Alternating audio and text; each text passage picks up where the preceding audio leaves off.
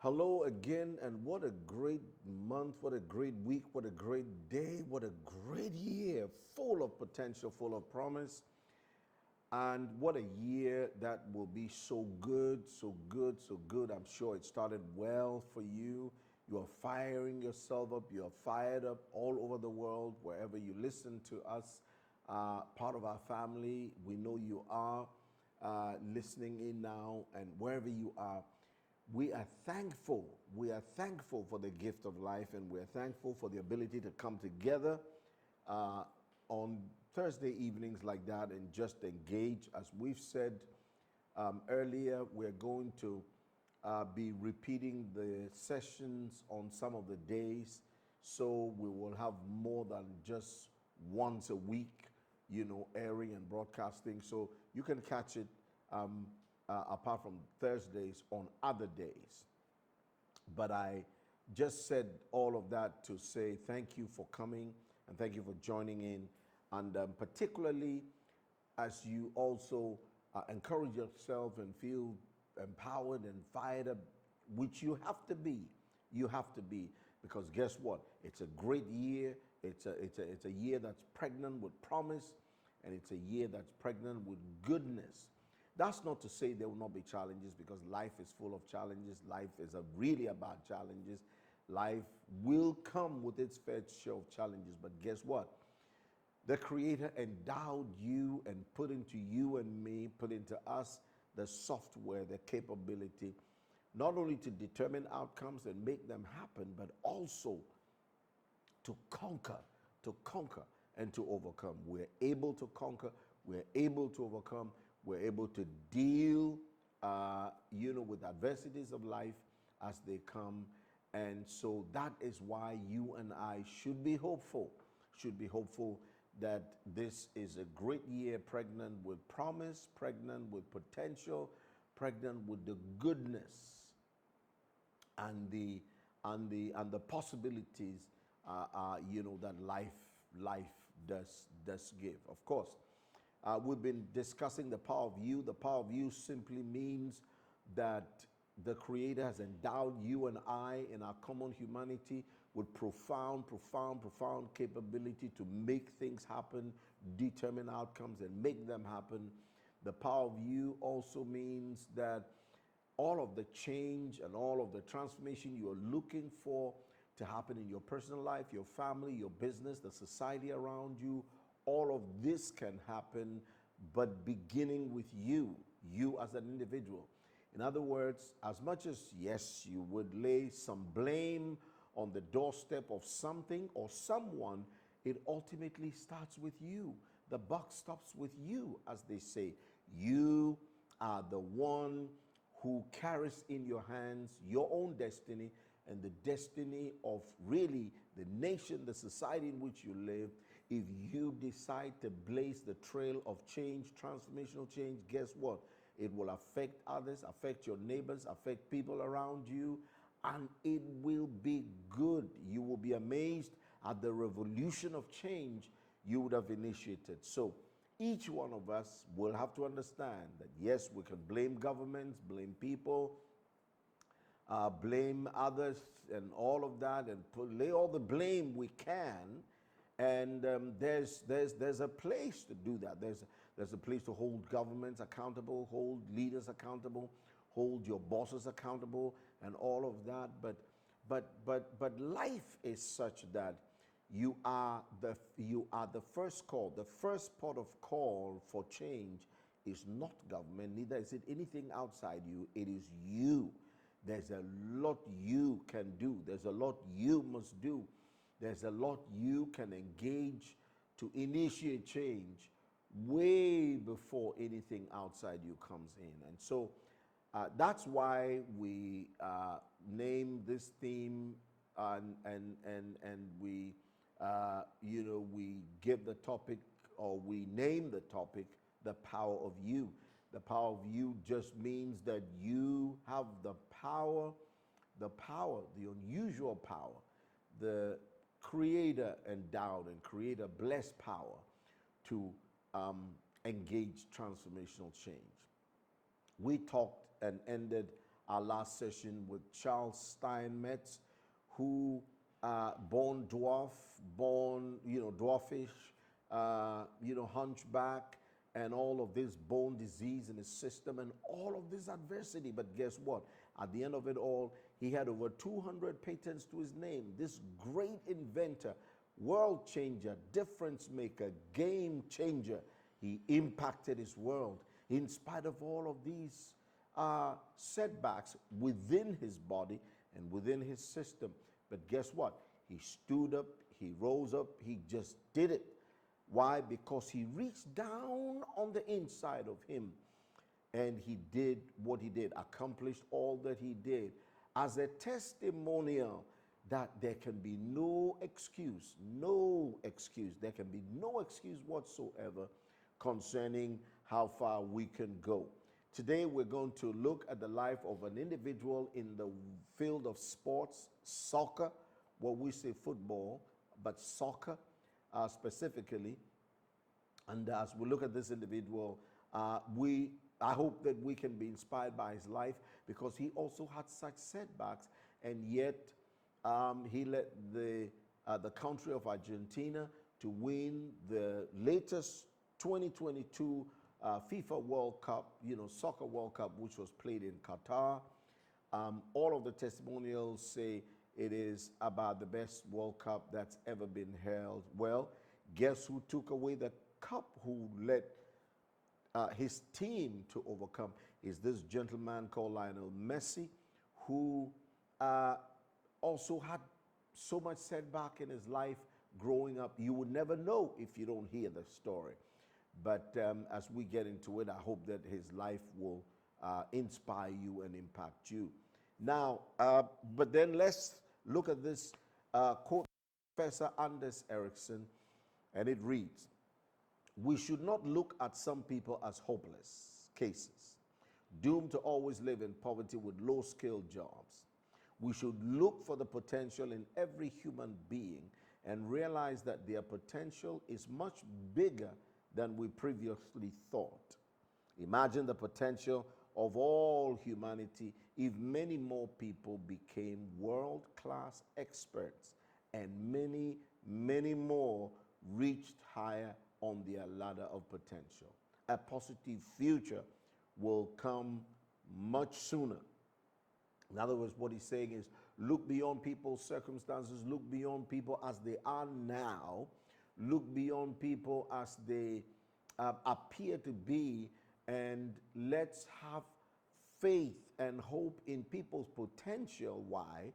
Because the real person you are looking at is not the outward you see, it is the hidden person you don't see, or the hidden resource inside the person you don't see, and that's the person's potential.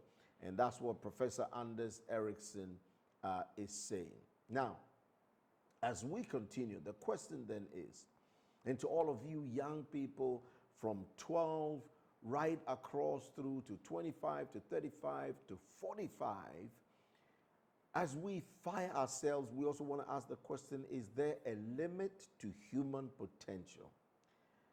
And it reads, "It's human nature to put things and ideas into boxes. That means we have a tendency to fall into linear thinking by using words like limit and potential."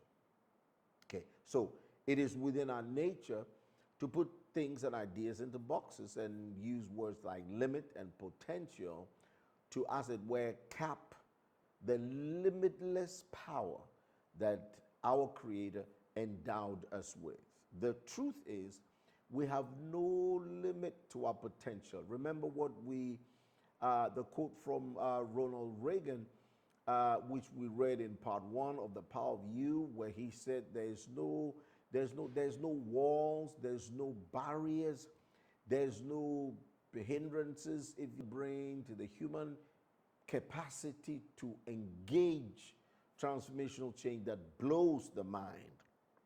This is what this second bullet is saying, and it is that we have no limit to our potential. In a practical sense, the brain can continue to grow and change for our entire lives. One of the most persistent and widely spread brain myths states that we only use 10% of our brains. Just think of the 90% of our brain potential that we don't use. So, based on the myth, which is really not accurate because it's really more than 10%, it is believed that the human mind is being stretched quite a bit to the point where some suggest that some of the brightest minds, change makers, game changers, some of the greatest significant difference makers use up to 50% of the brain power. But then that is still not 100%. It's not even 60 or 70%. The point is, even with just this amount of percentage of the brain power in use, unleashed and released in use, aren't you amazed by the things that this just half of the brain power's potential can accomplish, the many things it has done and accomplished? I mean, technological revolution, technological evolution, technological advancement, and all of that. I mean, the amazing, amazing, amazing, mind-blowing feats and all the many things that this human being, this human potential has been able to achieve and to do.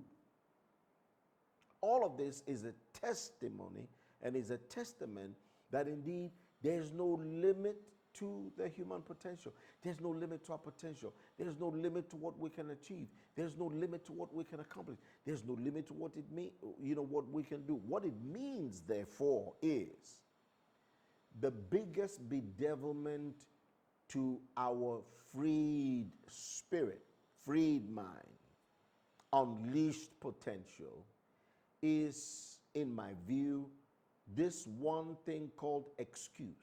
Excuse, excuse, excuse, excuse, excuse. If you always have an excuse why something was not done right, or why something should not be done right, or why something cannot be done right, that's the surest way to cap this profound, profound, profound resource the Creator endowed you with and blessed us with. It is the shortest way to cap it and to diminish it and to sort of just let it go to waste, just lie dormant. But then if we remove excuse and take away excuse and refuse to excuse ourselves from the failures and from the shortcomings and from the underperformances, I guarantee you that this potential will be unleashed. So again, the truth is we have no limit to our potential. It is said in the practical sense that the brain can continue to grow and grow and grow and grow and grow and change our entire lives. Our entire lives. Remember, the brain has over 10 billion cells. 10 billion cells. What does that mean?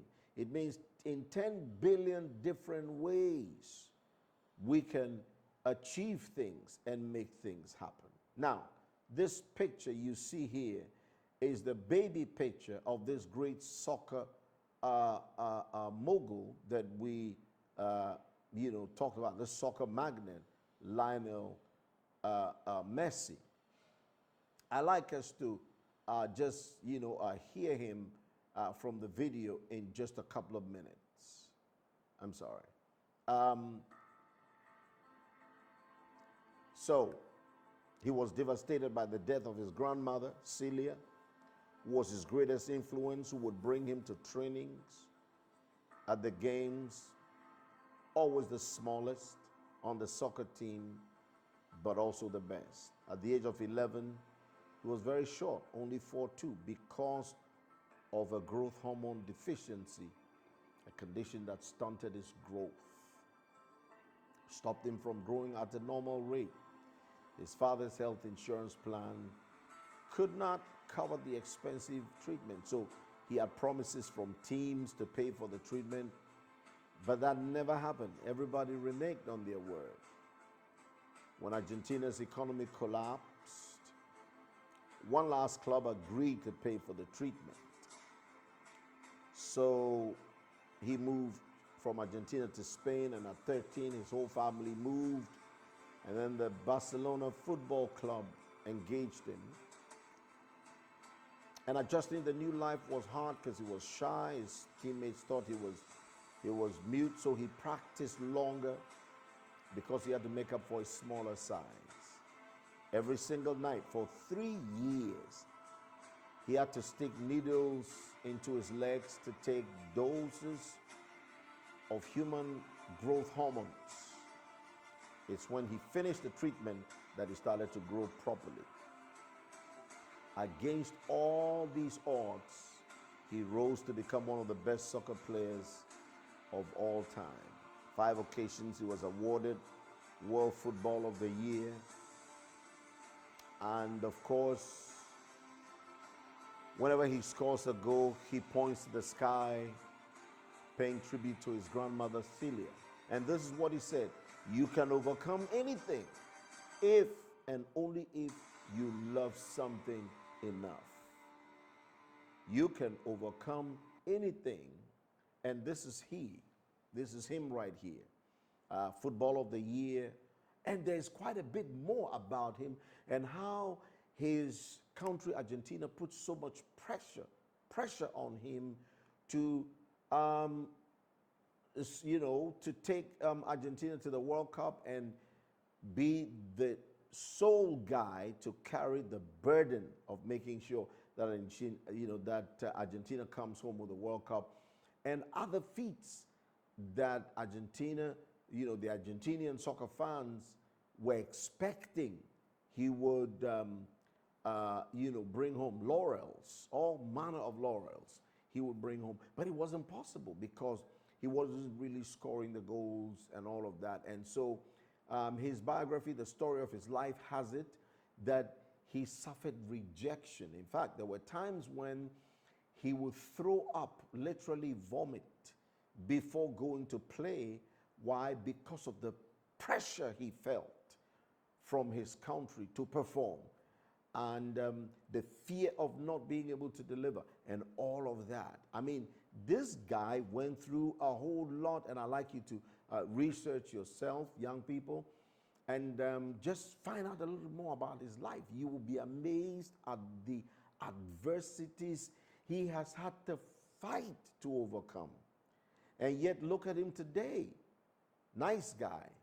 Even born with a deficiency, growth hormone deficiency, and for 3 years had to take this treatment. He was disappointed because his father couldn't pay for it. The people who promised to pay for it couldn't also, fulfill their words. And all of this together, he still stood his ground,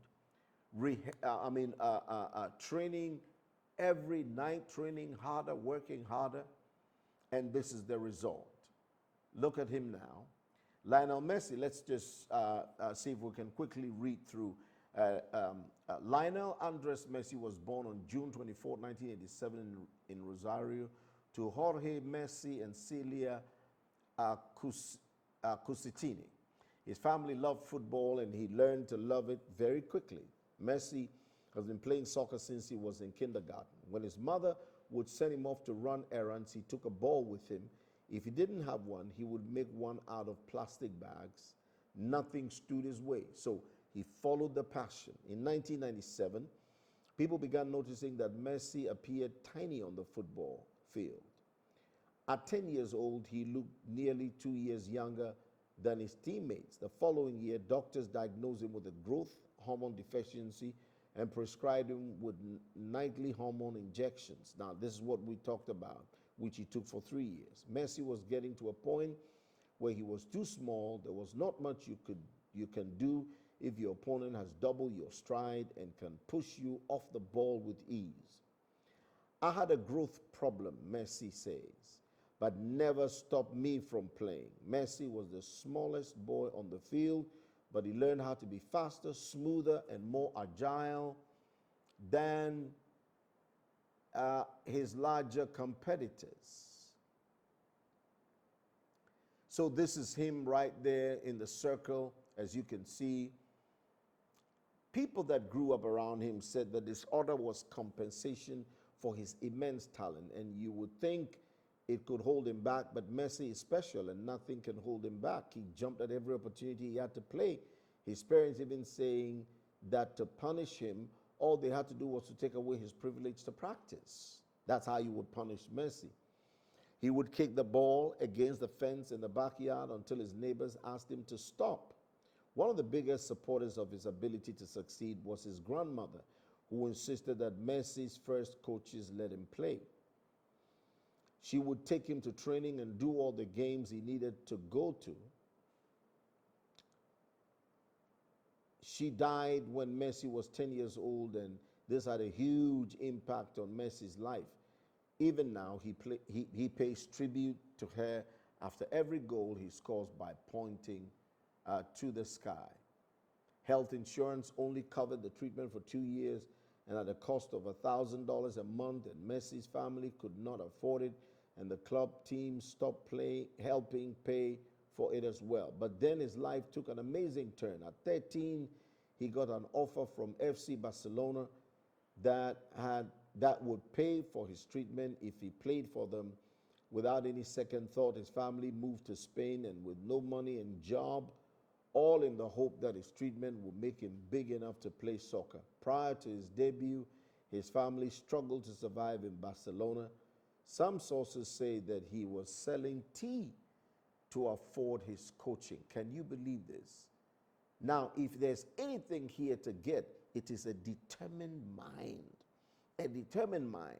I mean, a boy who is sick, literally sick, not growing properly, and all of that. But a determined mind, a determined mind, a determined mind. In 2005, Messi played the first official match for Barcelona against city rivals Espanyol at the age of 17. Later that season, he would score his first goal for the senior side against Albacete with a delightful chip over the goalkeeper after an equally delightful assist from Ronaldinho. And as you know, Ronaldinho is one of the greatest soccer players the world has ever known. And even he points to Messi as the greatest of all time. On his 18th birthday, Messi signed his first contract as a senior player, and the rest, as they say, is history. A little boy from Rosario, whose father was a steel factory worker and mother a domestic cleaner, had come to Barcelona, a team filled with superstars, and made a place for himself. Despite the challenges, Messi's talent prevailed. Into his 30s, he continues to bamboozle defenses. His genius makes sure age is just a number for him. As you know, with this soccer game, by a certain age, you should be getting ready to retire and to go out. Now, this is where we bring it down. And just to go to his quote, he said, "You have to fight to reach your dream. You have to fight." And no wonder, if we follow everything that has happened, everything we've read and all that we've said about Messi, all of the adversities, all of the circumstances he had to fight to overcome, it was one key thing underlining his success, and it is fight, fight, fight. He fought back, he pushed back. Remember in part one of the power of you, we did say and state that even though the law of science and nature states that there are several barriers in this life, the human being is still an amazement and a wonder to all of these barriers. Whether it's the law of gravity or what have you, the human being has conquered all of these. And that's what Messi shows in his life. So, he says, and I read again, you have to fight to reach your dream. You have to sacrifice and work hard for it. You have to fight You have to sacrifice. You have to work hard. Young people, you have to fight. You have to sacrifice. You have to work hard. Young people of Africa, young people of Africa, young people of Ghana, Nigeria, South Africa, from Cairo to Cape Town, from Senegal to Somalia. There's no quick fix. It's not fraud, doing fraudster things, internet fraud, or cyber fraud and cyber crime. That's not the way to go. The way to go is what Messi, this great footballer, is quoting, saying, you have to fight to reach your dream, not steal, not curse people, not take people down, not go down. I mean, in other words, just hurt people. No, you fight. You fight. You have to fight. Of course, not physical fight, but the determination. And that's what you see in everything we've shared about Messi so far. That's what you see. He says you have to sacrifice and work hard for it. Remember his training sessions? He was having so many hours. When everybody left, he was on the field. Now look at him. The day he won, Argentina, he led Argentina to win the FIFA World Cup. Beautiful, beautiful, just beautiful like that. And so for the conclusion, as we conclude, this gentleman's life, and I like to just stay on the quote, the fact that the power of you is realized when these elements come into play. The power to fight. When the fight comes, things happen.